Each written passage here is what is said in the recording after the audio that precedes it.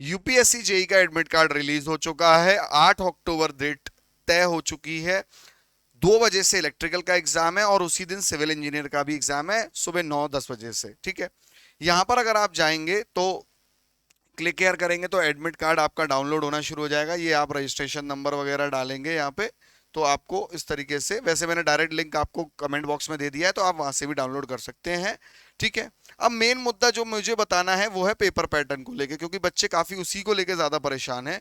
तो देखो, कुछ चीजें जो अभी यूपीएससी ने अपनी साइट पे पहले से डाली हुई थी, पहले से इन द सेंस अभी आज से 4-5-6 दिन पहले, वो मैं पहले वो बता देता हूँ, फिर मैं आपको वो बात बताऊंगा जो लगातार आप पूछ रहे हो कि सवाल कौन कौन से चैप्टर से या कौन कौन से एक्चुअली मतलब कितने टेक्निकल कितने नॉन टेक क्वेश्चन आएंगे। देखो, 2 घंटे का पेपर है, हर क्वेश्चन इक्वल मार्क कैरी करेगा। ठीक है, हाँ, 300 मार्क्स का टोटल पेपर बताया है। ठीक है, टोटल मार्क्स जो बताए हैं वो 300 मार्क्स बताए हैं, और 1/3 की नेगेटिव मार्किंग बताई है। इन्होंने ये बिल्कुल भी नहीं बताया कि क्वेश्चंस कितने आएंगे, कितना टेक आएगा, कितना नॉन टेक आएगा। एक बात जरूर दिमाग में डाल लेना, 2 घंटे का पेपर है, तो मोस्ट प्रोबेबली जो मुझे लगता है 100 से 120 क्वेश्चन आपको हो सकता है मिल सकते हैं, क्योंकि 3 मार्क्स का एक क्वेश्चन अगर ये लेके चलेंगे तो उस हिसाब से शायद मैं मान के चल रहा हूं कि 100 या 120 क्वेश्चन होंगे। 150 क्वेश्चन भी हो सकते हैं मैक्स टू मैक्स।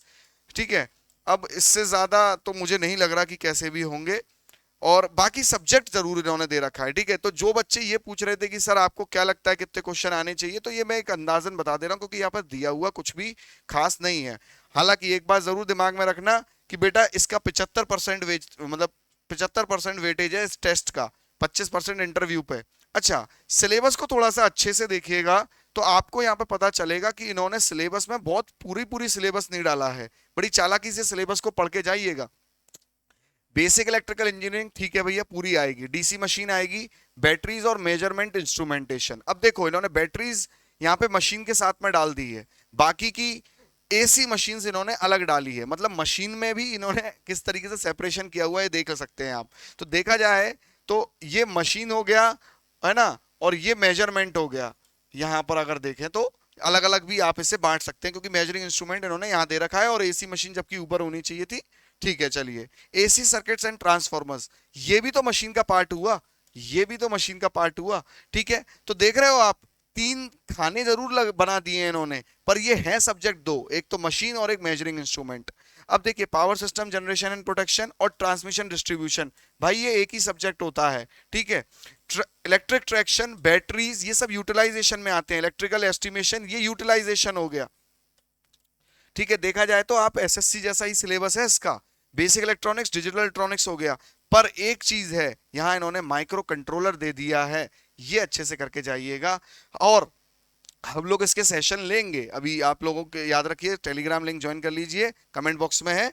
इसके सेशंस बिल्कुल हम लोग लेंगे। तो अगर आप देखें बहुत बारीकी से, पहला नेटवर्क थ्योरी सब्जेक्ट यहां पर बन जाता है, फिर बेटा आपका सब्जेक्ट बन जाता है मशीन, फिर सब्जेक्ट बन जाता है यूटिलाइजेशन, जो इन्होंने यहाँ पर दिया हुआ है यूटिलाइजेशन, फिर बन जाता है बेटा एस्टिमेशन एंड कॉस्टिंग। ठीक है, एस्टिमेशन एंड कॉस्टिंग बन जाता है। और फिर यहाँ पर सब्जेक्ट बेटा आपका बन जाता है पावर इलेक्ट्रॉनिक और बेसिक इलेक्ट्रॉनिक। बेसिक इलेक्ट्रॉनिक यहाँ पर सब्जेक्ट बन जाता है। ठीक है, basic electronics plus digital electronics subject बन जाता है, और 7वां सब्जेक्ट इन्होंने कर दिया है माइक्रो कंट्रोलर।